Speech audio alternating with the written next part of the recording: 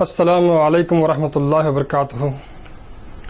اشہد ان لا الہ الا اللہ وحدہ لا شریک لہ ونشہد ان محمدا عبدہ ورسولہ۔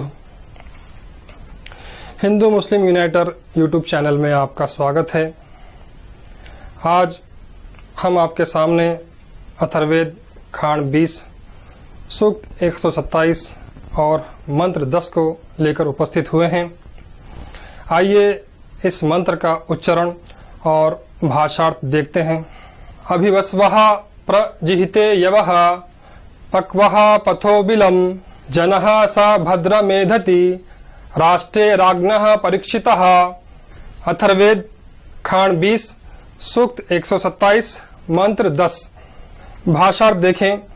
ابھیو اور یعنی طرف، جنہ منشیہ، سوہا آکاش کی، پرجہتے پہنچتا ہے، بلم گڈھے سے، سا وہ، ایدھتی بڑھاتا ہے، بھدرم خوشحالی نیکی، راشٹرے راجیہ میں، یوہ جو، جو جوار، یوہ جو، راجنہ راجا، پکوا پکا ہوا، پریکشتہ سب طرف شہرت والے کی۔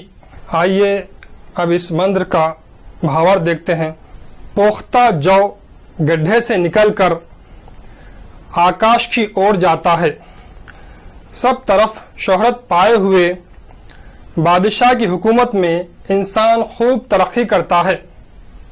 آسمانی بادشاہت اور ستیہ دھرم کا ایک نشان یہ بھی ہے کہ اس دھرم کو ماننے والے انتی کریں، جس پرکار کھیتی انتی کرتی ہے۔ ہم دیکھتے ہیں کہ سب طرف شہرت رکھنے والے ارتھات محمد پیغمبر کے ماننے والے کس طرح انتی کیے۔ اسلام دھرم آنے سے پہلے عرب کے لوگ انتہائی بالکل تچھ شرینی میں تھے، لیکن اسلام آنے کے بعد وہ آکاش کی بلندی کو چھو گئے۔ یہی بات قرآن کریم میں بھی آئی ہے۔ سورہ فتح میں اللہ تعالیٰ فرماتا ہے، مثلہم فی التوراۃ و مثلہم فی الانجیل کزرع اخرج شطہ فآزرہ فاستغلظ فاستوی علی سوقہ۔ محمد پیغمبر کے ساتھیوں کی مثال ایسی ہے جیسے ایک کھیتی ہے جو سوئی کی طرح نکلتی ہے اور وہ مضبوط ہو جاتی ہے، اور اس کا اداہرن توریت اور انجیل میں بھی دیا گیا ہے، اور وید میں بھی آپ کو اس کا اداہرن ملتا ہے۔ اور اس منتر میں بھی ابھیوسوہ پرجہتے یوہ کہہ کر بتایا جا رہا ہے کہ وہ جو وہ بلندی کو پہنچتی ہے۔ تو یہ منتر اور قرآن کی آیت یہ لفظ بلفظ میل کھاتے ہیں۔ اسی پرکار دوسری آیت میں اللہ تعالیٰ فرماتا ہے، الم تری کیف ضرب اللہ مثلا کلمۃ کشجرۃ طیبۃ اصلها ثابت وفرعها فی السماء تؤتی اکلها کل حین بإذن ربها ویضرب اللہ الامثال للناس لعلہم یتذکرون۔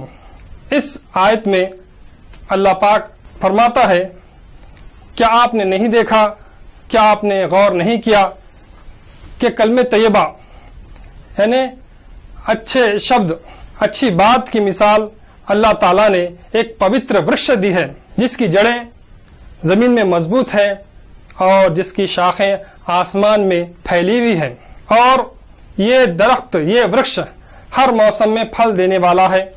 یہ ایک اداہرن ہے ان لوگوں کے لیے جو سمجھ رکھتے ہیں۔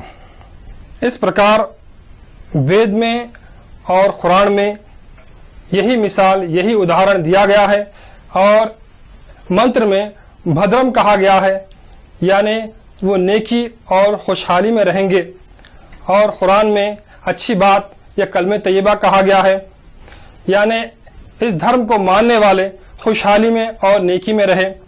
اسی پرکار قرآن کریم میں کھیتی کی مثال اللہ تعالیٰ دیا ہے، اور وید میں یوہ کہا گیا ہے یعنی جو، اور قرآن میں یہ بات کہی گئی ہے کہ وہ سوئی کی طرح نکلتا ہے اور اس کے شاخیں آسمان میں پھیلتے ہیں۔